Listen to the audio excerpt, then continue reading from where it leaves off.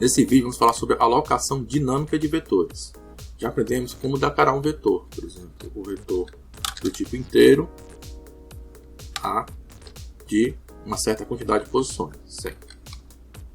Por exemplo, então A é um vetor de 100 posições de inteiros. Normalmente nós não sabemos quantas posições do vetor nós vamos precisar antes de executar o programa, ou seja, em tempo de compilação não é possível saber que eu vou precisar de 100 inteiros. Isso pode depender de algum resultado que vai ser ou fornecido para o usuário ou vai ser consequência de algum cálculo feito dentro do programa.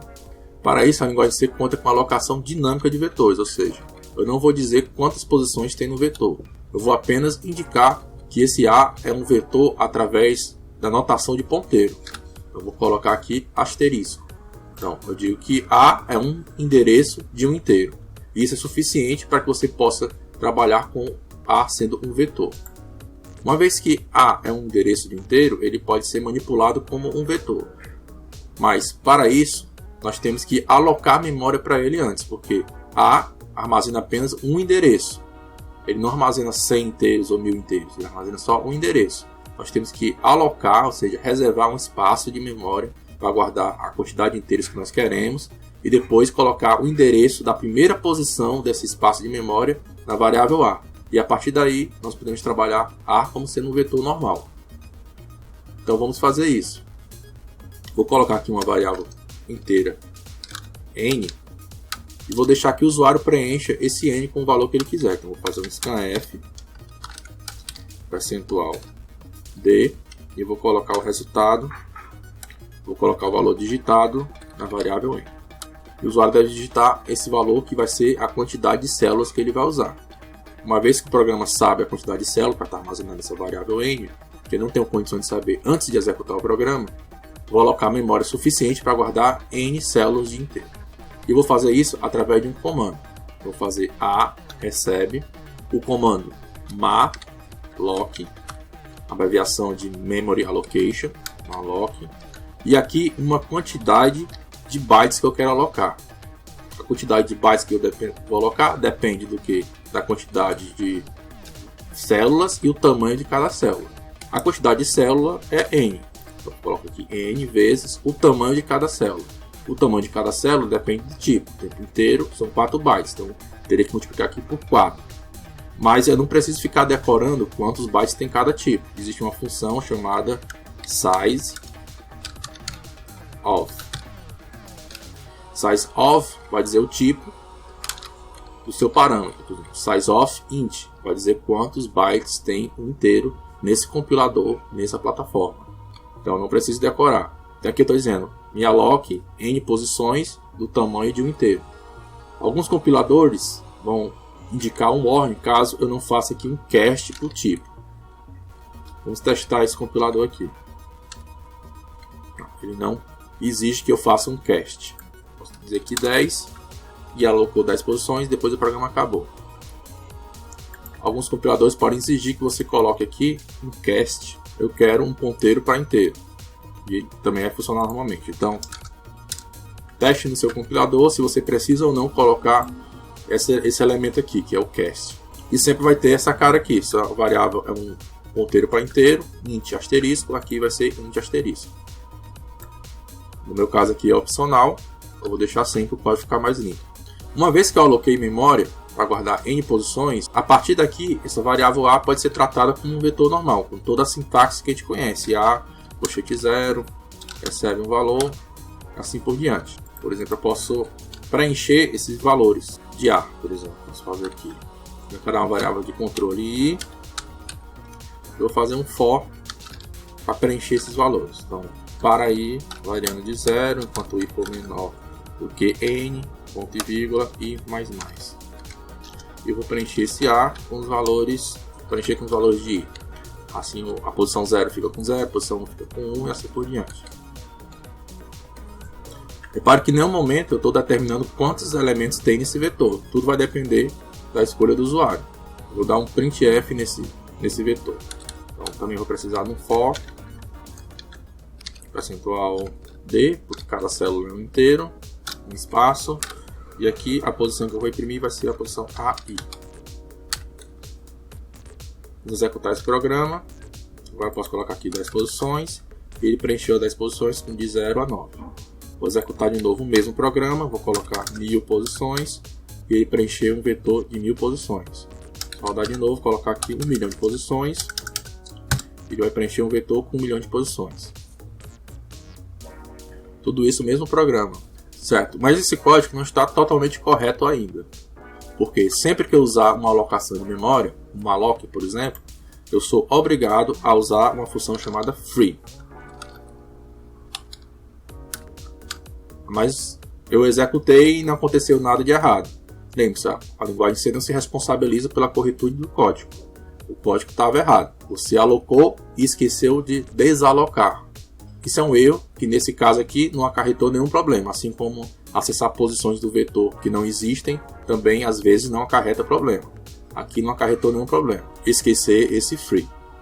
O que é que serve o free? Se o malloc aloca a memória, reserva a memória do computador para ser utilizada, o free desaloca. Libera aquele espaço de memória para o sistema operacional usar de outra forma. Ceder para outro programa ou até mesmo para o mesmo programa que venha precisar depois. Então, para cada execução de malloc que você fizer, você vai ter que ter um free no seu código. Então, vai sempre aparecer aos pares. Qual é a consequência de você esquecer o free? Você aloca a memória e não libera a memória. Se o programa for um programa pequeno como esse, nada de ruim acontece. Mas um programa mais complexo, isso vai causar o que se chama de memory leak, ou fuga de memória, ou vazamento de memória.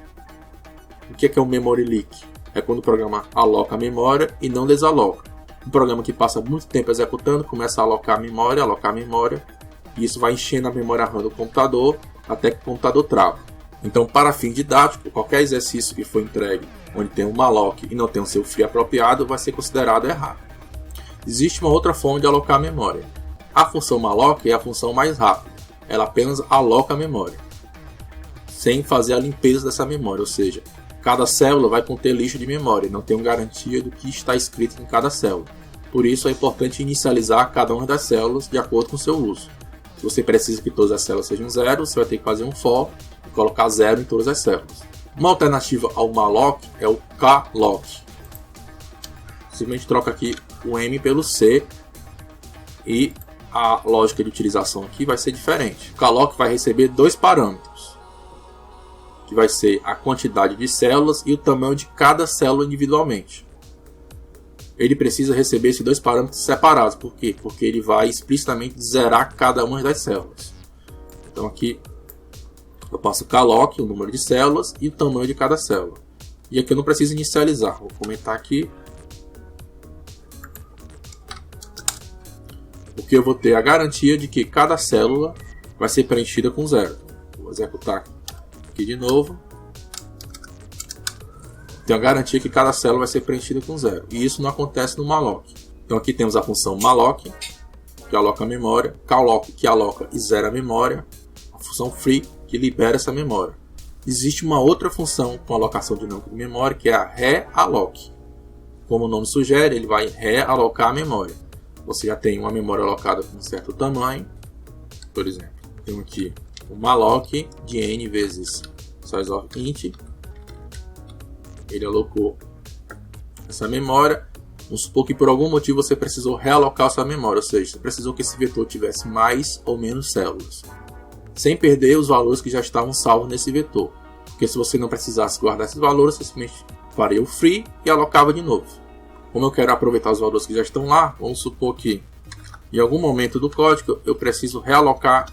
Então eu vou colocar aqui a recebe o comando realloc, parênteses, e o realloc vai receber dois parâmetros. O primeiro parâmetro é o próprio vetor que eu quero realocar. E o segundo parâmetro é a nova quantidade de bytes que eu quero utilizar.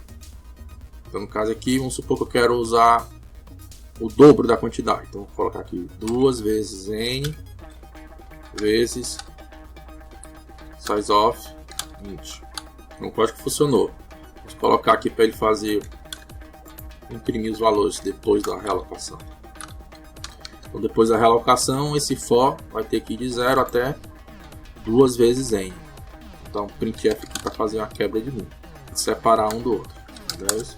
Agora vetor com 10 posições, fiz o que tive que fazer com esse vetor, por alguma razão eu precisei usar mais posições, eu usei o realloc. E o realloc vai realocar a memória usando agora não 10, mas 20 posições. E os valores que estão no vetor são preservados. Observe o seguinte, o realloc funciona da seguinte forma. Você tem que passar o vetor que você quer realocar e além disso o resultado dele tem que ser atribuído a esse vetor. Por que isso? Porque você tem que passar e atribuir. Se eu colocar só a passagem assim não funciona, vai funcionar às vezes sim, às vezes não. Por quê? Porque lembre-se de uma propriedade importante dos vetores. As células são contíguas à memória. Ou seja, tem que haver espaço contíguo na memória para ele poder alocar um vetor. Se você mandou aumentar um vetor e não tinha esse espaço, tinha uma variável logo depois desse vetor, ele vai ter que alocar a memória em outro lugar. Não vai conseguir só expandir a memória alocada. Ele vai ter que alocar a memória em outro lugar maior, que caiba tudo contiguamente e copiar cada um dos valores. Claro, você vai fazer isso se for necessário. Mas se ele fizer isso, o endereço de memória mudou. E se mudou o endereço de memória, eu tenho que atribuir a esse A de novo. Então, se eu esquecer de atribuir esse A, vai funcionar às vezes sim, às vezes não. Se ele conseguir realocar a memória alocada sem modificar a posição na primeira célula, você não precisa dessa atribuição. Mas se ele tiver que mudar todo o vetor de posição, essa atribuição é necessária. Então, sempre coloque essa atribuição quando você usar o realloc.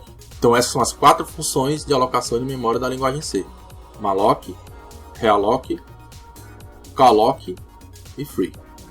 Um detalhe importante da linguagem C de saber é que existe uma dualidade entre vetores e ponteiros. Toda variável que indica um vetor na linguagem C nada mais é do que um ponteiro para a primeira posição do vetor. Então aqui eu estou explicitamente dizendo que A é um ponteiro. Mas mesmo uma variável de alocação estática, mesmo um vetor de alocação estática, por exemplo, o vetor V de alocação estática, a variável V sozinha, ela é um endereço de um inteiro. Vai corresponder ao endereço da posição 0. Ou seja, o V sozinho nada mais é do que o endereço da primeira posição do vetor.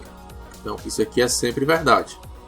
Sendo V um vetor, não importa se ele é estático ou dinâmico, o V corresponde ao endereço da primeira posição do vetor. Isso explica uma coisa quando usamos string. Por exemplo, eu tenho aqui uma string, não importa se é alocação estática ou dinâmica, eu tenho uma string S. Quando eu vou fazer o scanf dessa string, aprendemos que não devemos colocar o E comercial. E agora nós entendemos por quê. Porque o próprio S já é um endereço. O S é equivalente ao endereço da primeira posição. Então, tanto eu posso fazer scanf dessa forma, endereço da primeira posição desse vetor, no caso aqui um vetor de caracteres, como eu posso fazer simplesmente S. Claro que isso aqui só funciona para vetor de caracteres, que é um string que possui uma conversão. Você não consegue ler um vetor de inteiros dessa forma.